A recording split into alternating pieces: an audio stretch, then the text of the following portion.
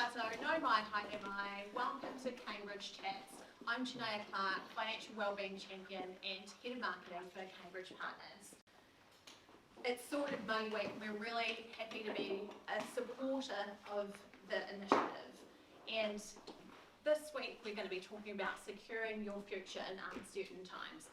And they really have been uncertain. We've had pandemic, been stuck at home, to cook far too many times than we really care to, and we haven't been able to travel, and as a result, we do a lot of online shopping, and it's created a bit of a chain reaction with supply chains not being able to keep up with demand, and as a result, prices, inflation, it's all going sky high. Inflation, obviously, as you know, is at the highest it's been for 32 years. And it's really affecting all of us. We're feeling the pinch in our shopping trolleys, in our cars, and on our holidays. But for a lot of us, it's really affecting our investments. And for those of you that have a retirement savings, it means that you're having to use a lot more of those savings to buy things that cost you a lot less previously. Now I'd like to hand over to Scott Rainey. Scott has worked in financial markets for over 18 years as an advisor, asset consultant, and sometimes fund manager. At Cambridge Partners, Scott's a financial advisor with a passion for analysis who has earned the right to use the Chartered Financial Analyst designation. He is generally happiest when delving into a complex set of reports or talking to you about why you shouldn't. Please welcome Scott Rainey.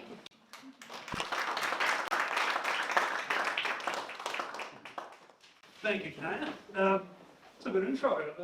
I suspect at some stage Adrian Orr's job may come up, so your insights on inflation are bound to be helpful for the RBNZ. So, I think that they decided to start with me because they wanted to begin with the bad news. And the reality is, while we do have some green shoots at the moment, it is mostly bad news in terms of financial markets. So, this might not shock too many of you. It's reasonably similar to something I do on a regular basis. This is the performance of various asset classes for the year to date, end of 31 July. And as I indicated, it is mostly bad news. Up the top here, $1 invested in global infrastructure at the beginning of the year would have grown to $1.10. After that, it gets a bit depressing. Every other asset class other than the green line that basically stays at $1, that's New Zealand cash, produced a negative return for the 7 months ended 31 July. A 50-50 mix of shares and property and cash and fixed interest would have delivered a return of around about -6%. That's not a very good start. I did say that there were some green shoots, and there are. If we focus on this point, from July on, things start to look okay. Actually better than okay. July was a really strong month, where every asset class except emerging markets delivered a positive return. From 0.2% for cash, all the way up to 7% for unhedged international shares. That 50-50 mix of shares and property and cash and fixed interest would have delivered a return of 4.2%.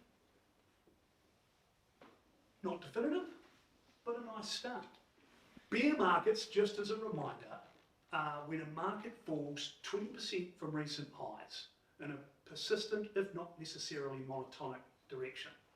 Now, most bear markets, the S&P 500 in the States, the NZX S&P 50 here in New Zealand, the Morgan Stanley Capital Index, All Country World Index, or MSCI, we do like acronyms in this game, the S&P ASX 500, the NASDAQ Composite Index, all fell into bear markets during the course of the first half of this year. Most of them around about the 13th of June. Now, that's not much fun. And fall of 20% isn't a very pleasant ride. How long do they last? That's a valid question, because how long do we expect it to experience this pain? The average length of a bear market, using the S&P 500 as our benchmark data index, because it's the longest one we've got, is 289 days. As at the end of July, the bear market was 209 days old. The bottom, if we like, was 13 June. Now, that's a lot of data. One of the things that I want to remind you of is that while there are 26 bear markets during this time period, there are also 27 bull markets during this time period. And while 22% of the time the markets were in negative territory, 78% of the time they were in positive territory. That is, they were going up. What should you do? How should you respond to bear markets? Remember, our job is to give you perspective. Our job is to help you keep in your seats when emotions are telling you that you should maybe get up. Now I'm going to hand over to Janaya, who's going to hand over to Pip, who's going to tell you how you should respond. The Wizard of Omaha, Warren Buffett, is giving you a little bit of a clue. Thank you.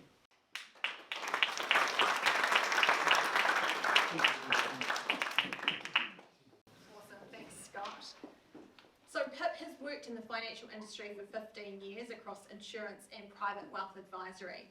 Pip is a financial advisor at Cambridge Partners and loves sharing her experience with clients and giving people the financial confidence and freedom to live the lives they want. She has a reputation of being warm and approachable, especially for women investors who appreciate being able to ask all their questions and be heard. Please welcome Pip Kean.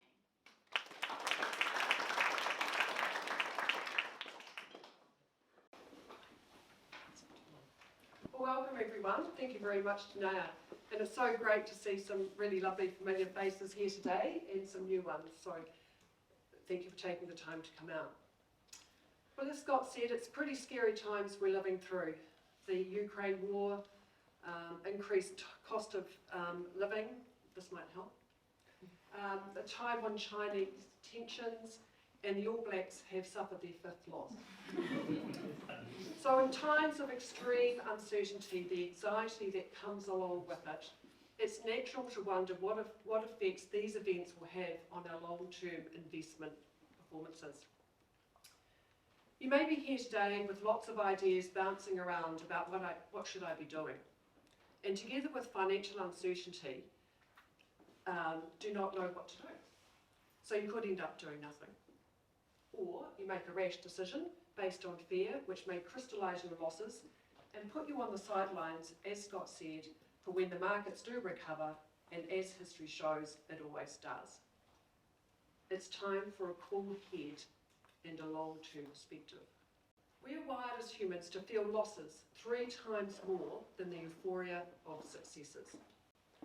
This emotion also feeds into how we think about investing, the fear and greed cycle. So we start hearing about an investment and we track it.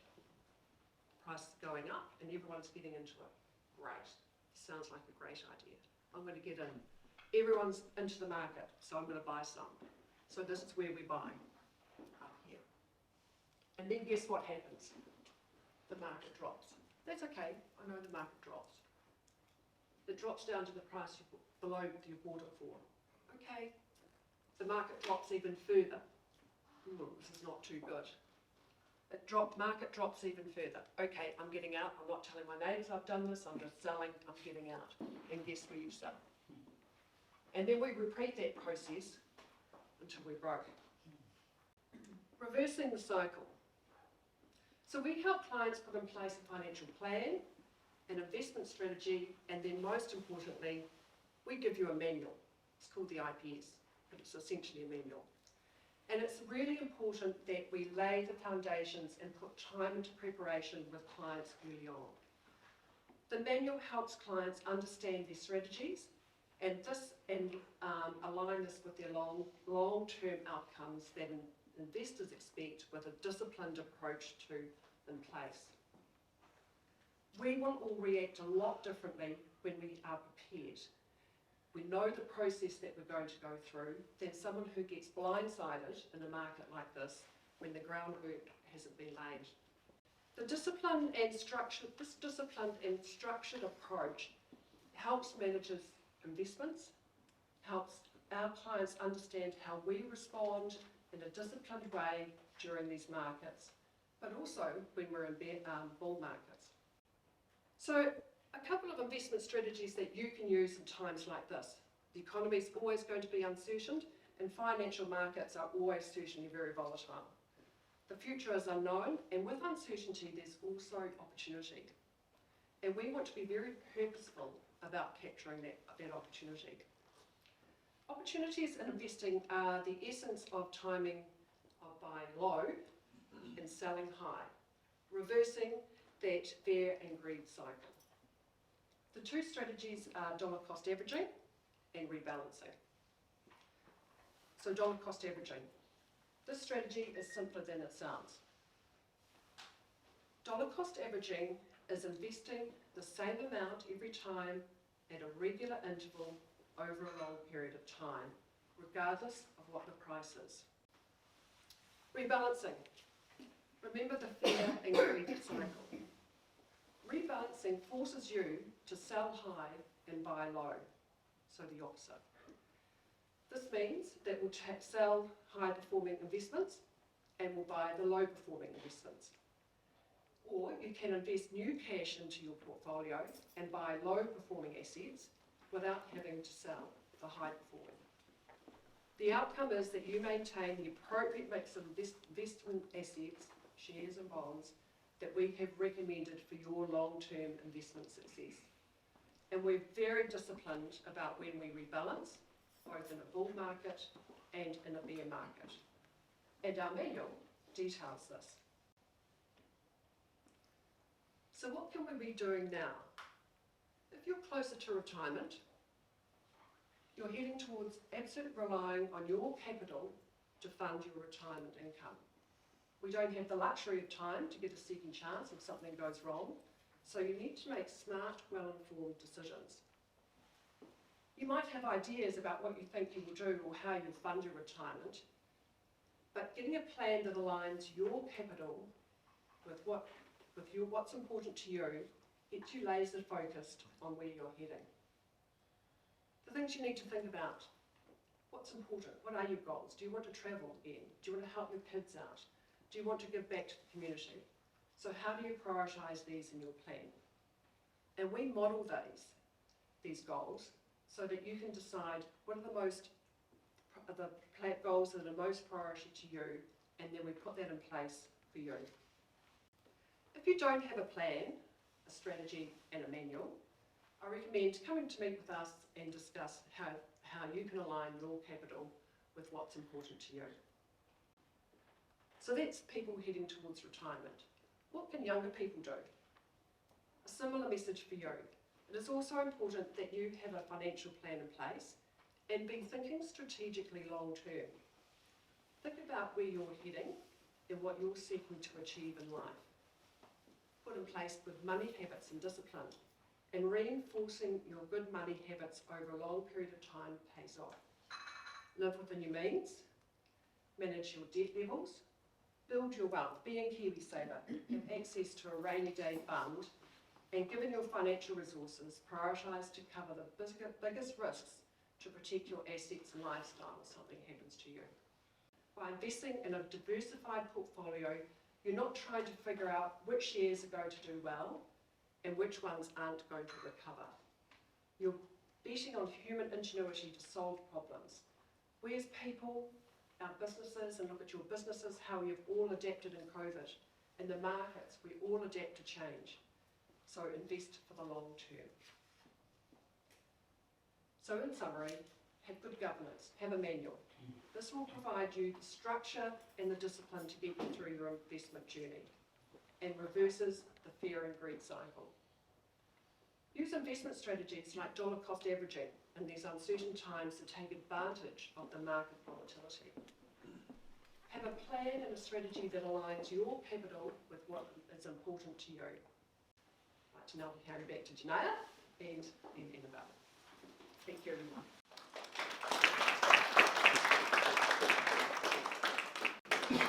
Thank you so much, Pip. An annual financial check with wine sounds really good to me. So now I'd like to introduce Annabel. Annabel is a partner at Wynn Williams. She's a specialist property lawyer with more than 25 years experience advising clients on all matters relating to the sale and purchase of property, including that associated with trusts and estates. She has extensive knowledge of commercial law, which sees her regularly advising on asset planning and protection, including the formation and management of trusts. Annabel's understanding of the Trusts Act and the proposed and somewhat controversial Inheritance Claims Act places her well in advising on asset protection in a new age of legislation that is designed both for greater accountability and greater protection of one's true wishes. Please welcome Annabel Sheppard.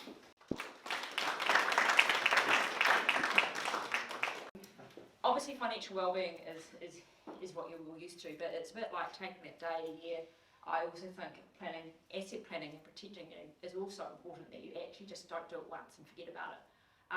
A lot of you over time hopefully have done a will at some stage. It's good to have one. But once you've got one, don't just put it in a drawer and forget about it, because life changes, circumstances change.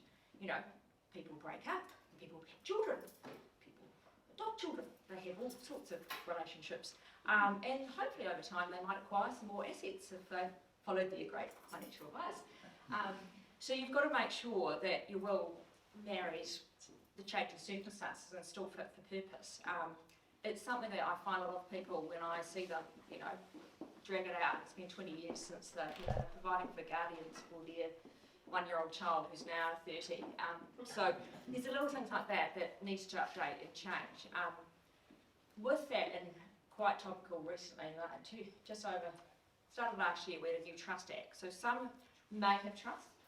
When I started practice just a few years ago, everyone seemed to do a trust, and I spent my first 2 years just forming trusts. You filled in the variables, and I didn't really understand why people did it. It's, you know, I was slightly young, didn't know what I was doing. The supervising partner said do this, so you did it.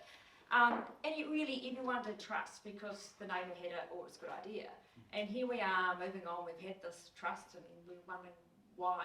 You know, and with the new Trust Act, it now makes it quite clear what we were trying to tell people is it is a different entity. You've got to deal with it. You have these people called trustees that actually make decisions, not just you thinking it's your trust. So there's a whole lot of new rules and a whole lot of new duties that you have to comply with. And there's also this slightly annoying disclosure factor. So in the days where you know, hide your assets away, I'm not going to tell my children. They can work hard and hopefully pass their exams and may actually graduate and get a job. So I don't really want them to know that maybe one day if I don't spend all my money myself in my retirement, that they may inherit something. You don't necessarily want them to know that when they're 20. It's, you know, got a 20-year-old, just it's like inside there, and they may think, I don't need to do a hollow job. I'll just sit back and I'll wait to inherit some money.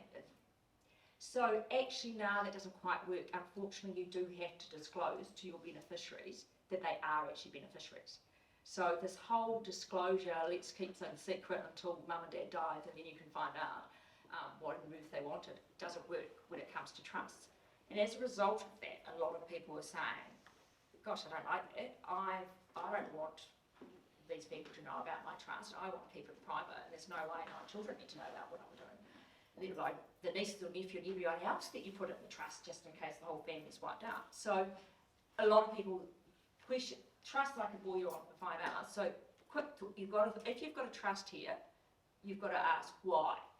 Is it still fit for purpose? Why have I got a trust? Is it still valid to have it? You know, and a lot of people won't actually remember why they set up a trust if they had it. If they did, it may still be valid. Like you may be still in a situation where you're a lawyer and you might give the wrong advice and be sued. Wouldn't happen at all, wouldn't it? But in theory, that's why you might have a trust to say, actually, you're not coming to get my assets, they're protected. Those are still valid. Or it may well be the dysfunctional family where, you know, I've fallen out with my, you know, child. I don't want to leave them yet, but that's why I've got my assets in this entity. All those reasons may still be valid, and if that's the case, is your trust fit for purpose? You should be reviewing it, you should be checking what does it do, does it still. Otherwise, you might have all these duties that apply that you're not actually complying with. You cannot sit back and just tick it off and say, I'll sign a piece of paper that the accountant gives me to sign once a year for my tax return. It doesn't work that way. You've actually got to understand your trust, you've got to understand the assets, and you've got to understand the rules and check it's right. So part of the equation, if you've got a trust, actually you need to look at it and get some advice on it. Tied in with that is your will. You've got to go and look at your will. Now your will deals with the assets in your own name. Are they owned in your own name, or are they owned jointly with a partner or sibling? In which case they might go by survivorship and not even form part of your estate. So it's actually having a wee check, and are the rules and what I want to do in my estate still valid? So it's not just about having a will, it's actually looking at how you own your assets, are they in the right entities, what do I want to achieve? So there's a whole lot there, and it's something that you can't just do in 5 minutes. So you do actually have to do it, you have to go back and check it every time there's a change. So I very much like the idea of that. One day, like a glass of wine too, going out and saying, actually, what we did last time, does that still work? What's changed since then? Do I need to update anything? And to plan that is you end up with no surprises and things, everyone knows the rules. And if you are making changes that you think, you know, I've got 3 children, I'm not going to treat them equally, depending on age and stage, it may well be you're a bit more upfront about it and have these conversations so they actually hear it from you rather than the lawyer reading the will to them. Keep it quick, do your homework, make sure you do have your asset planning sorted, wills, trusts, updates, take time to talk to your lawyer, revisit things, don't just leave them on the shelf and say I did it 2 years ago, it's fine. Every year you should dig it out, has the law, if circumstances change, dig it out. That way, life can go smoothly and you'll get no surprises. Thanks, Annabel.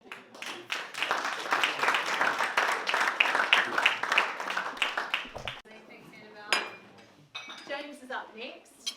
James has an extensive background as an accountant and is now a financial advisor at Cambridge Partners. He's passionate about the value financial planning brings to clients and the need to provide a clear and transparent decision-making structure. Please welcome James.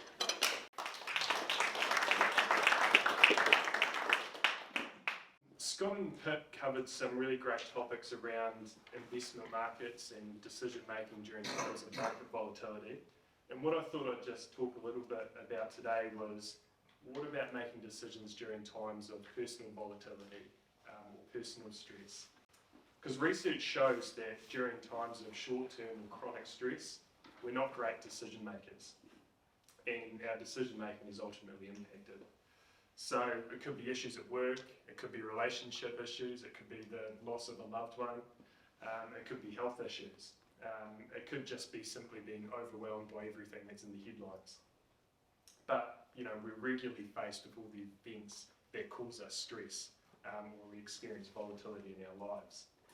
But unfortunately, despite these stresses, you know, life goes on, and whether the decisions are big or small, significant or trivial, we still need to make them.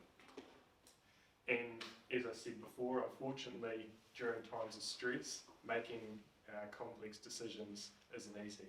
In fact, making complex decisions at the best of times isn't easy. Research can tell us a little bit about, you know, how stress plays with our minds and our decision making. And research shows that during times of stress, our attention tends to narrow, and we tend to rely on information that's readily available, you know, potentially on the headline of the newspaper or on One News at night time. And we use that information to start making our decisions rather than viewing things objectively as we may normally. Stress just takes away our ability to step back and look at things objectively. But struggling to stay rational during these times of stress isn't merely just a test of will. You know, there's actually psychological and physiological things that are happening to us at the time that are making us react like this. And it impacts our ability to make clear-headed, rational decisions. So in other words, it's natural.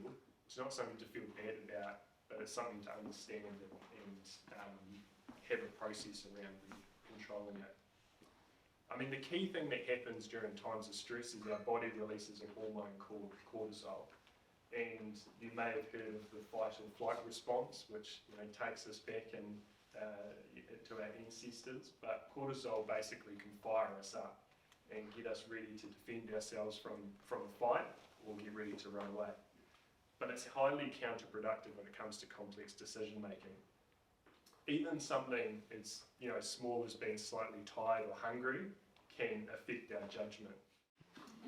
In his book, The Behavioural Investor, Daniel Crosby gives readers a great piece of advice around how they should handle moments of acute stress. When making any investment decisions, an investor should first try and assess their own mental and emotional state. If they're feeling hungry, angry, lonely, or tired, they should stop. Not make any decisions in the spur of the moment, but rather walk away, get some space, have some rest, and get some perspective before returning back to that decision. Once that emotional state is passed, you can basically then take the time, reassess your options, and make the decision that's going to be best for you in the long term. So whether it's managing your investments, buying a house, dealing with family or relationship issues, the key is to make sure that you're in a position to make good decisions, so that when you're under stress, you can still drive good outcomes. And the key way to do this really is to plan. Write things down, talk to someone. Writing things down is a really great way to help you think through what you're doing and to outline the process and steps that you're going to follow along the way. And it may seem like common sense, but it's actually something that doesn't really get done very often. As financial advisors, we spend a lot of time with our clients up front doing financial planning and developing a clear plan for the future. And there's a key reason for that. Setting financial goals means that you're working towards something meaningful, and it focuses you back on things that matter when you're going through times of stress.